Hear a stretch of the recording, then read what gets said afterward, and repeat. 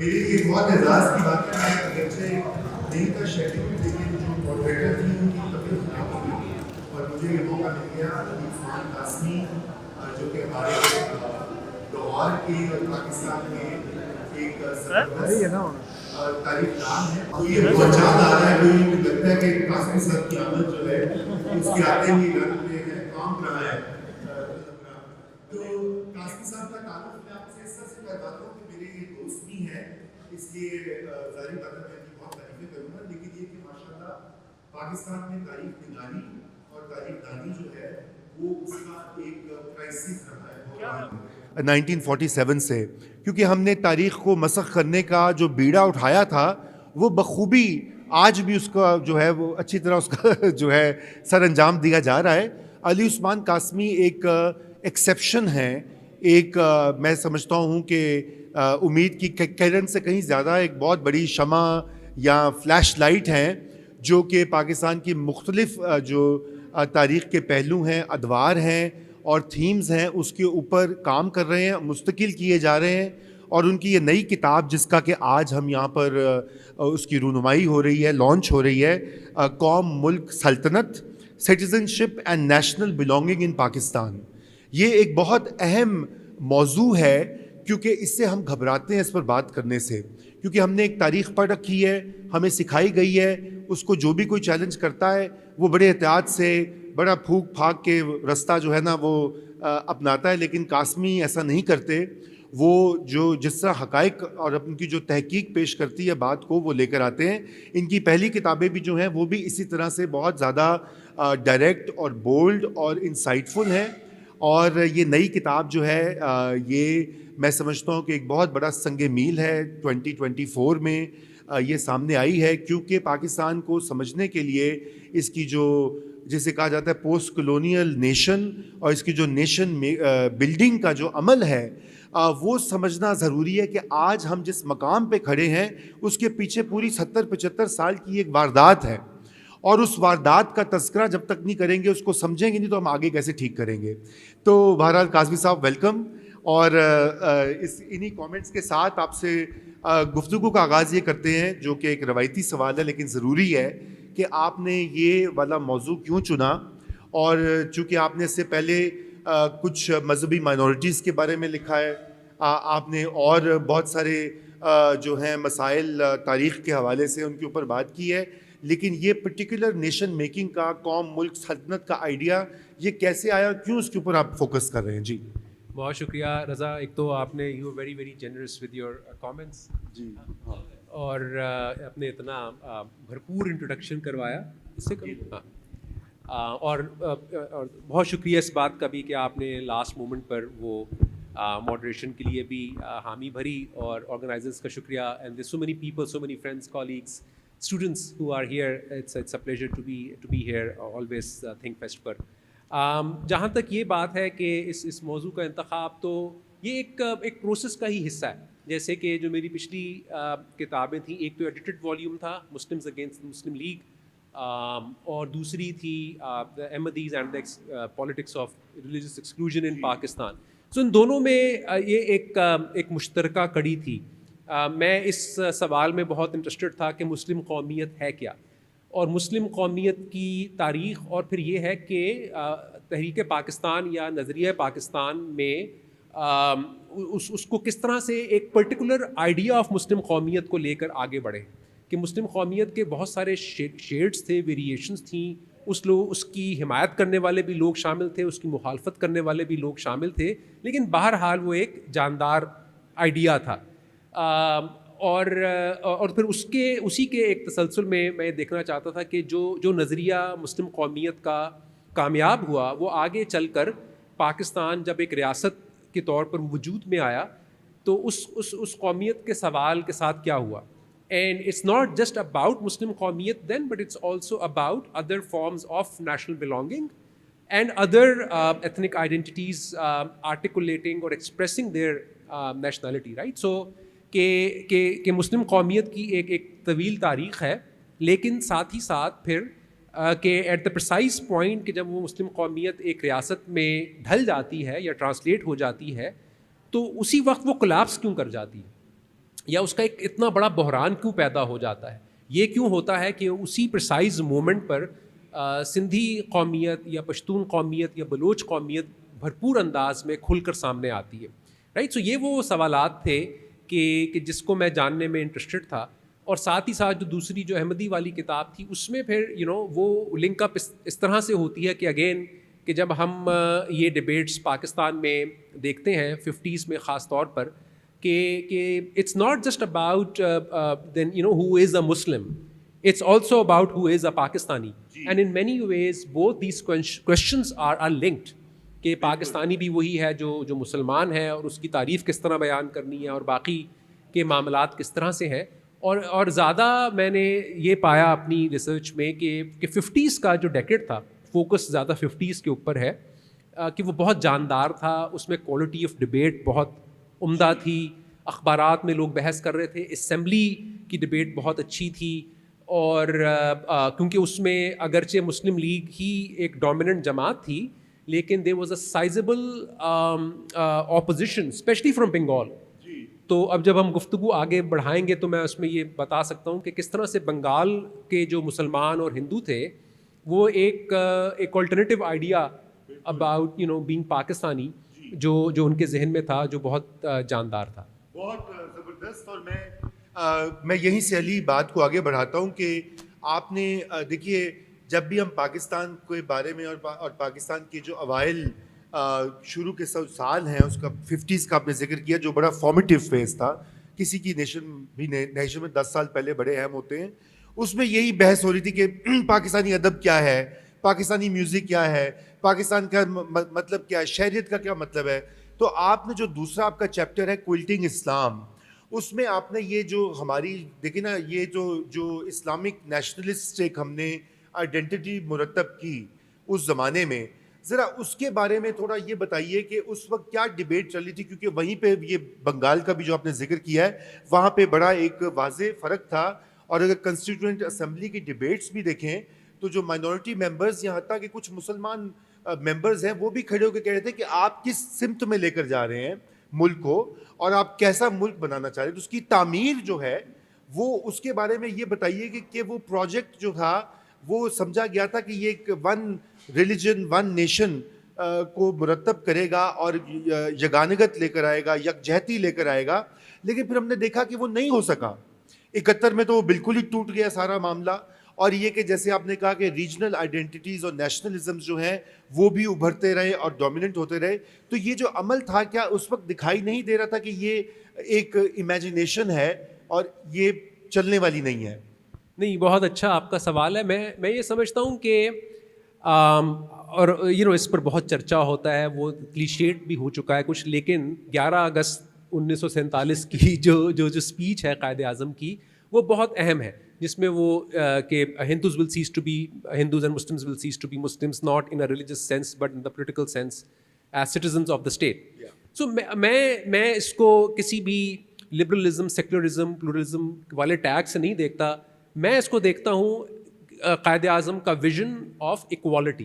سو for ہم fundamental جو idea تھا جس میں اس کو سمجھنا چاہیے وہ ہے ایکوالٹی کا، اور جو کہ پوسٹ کلونیل اسٹیٹ کا سب سے بڑا ایک آئیڈیا ویسے بھی ہے کہ جو کلونیلزم سے شفٹ ہے towards post colonialism, it is about equality as citizens, right. اچھا، اور اس مدعے کو لے کر، اور یہ جو تقریر ہے یہ ایسا نہیں ہے کہ اس تقریر کو لوگوں نے کہیں صرف ضیاء الحق کے دور میں جا کے ری ڈسکور کیا، یہ وہ عین اس وقت لوگوں نے اس کو ریلیونٹ سمجھا 50s میں، اور اسپیشلی جو کانگریس کے ہندو ممبران تھے ایسٹ بنگال سے، اور پھر شیخ مجیب اور باقی لوگ، انہوں نے یہ بات کہی کہ دیکھیے کہ 2 نیشن تھیری سے اب ہم 1 نیشن تھیری کی طرف آ چکے ہیں. قائد اعظم کی اسپیچ کا اس کے علاوہ اور کوئی مقصد نہیں ہے، اسی لیے جوائنٹ الیکٹوریٹس ہونے چاہیے، اسی لیے ریاست کا ایک عمومی طور پر ایک ریلیجس آئیڈینٹی اس کی ضرور رہے گی، کلچرل بھی، ادروائز بھی، because it is predominantly a Muslim state. You do not have to write it into the constitution as such to say or to demand that only a Muslim can be the head of state, because اس وقت 80-85% مسلمان تھے، تو لامحالہ طور پر مسلمان ہی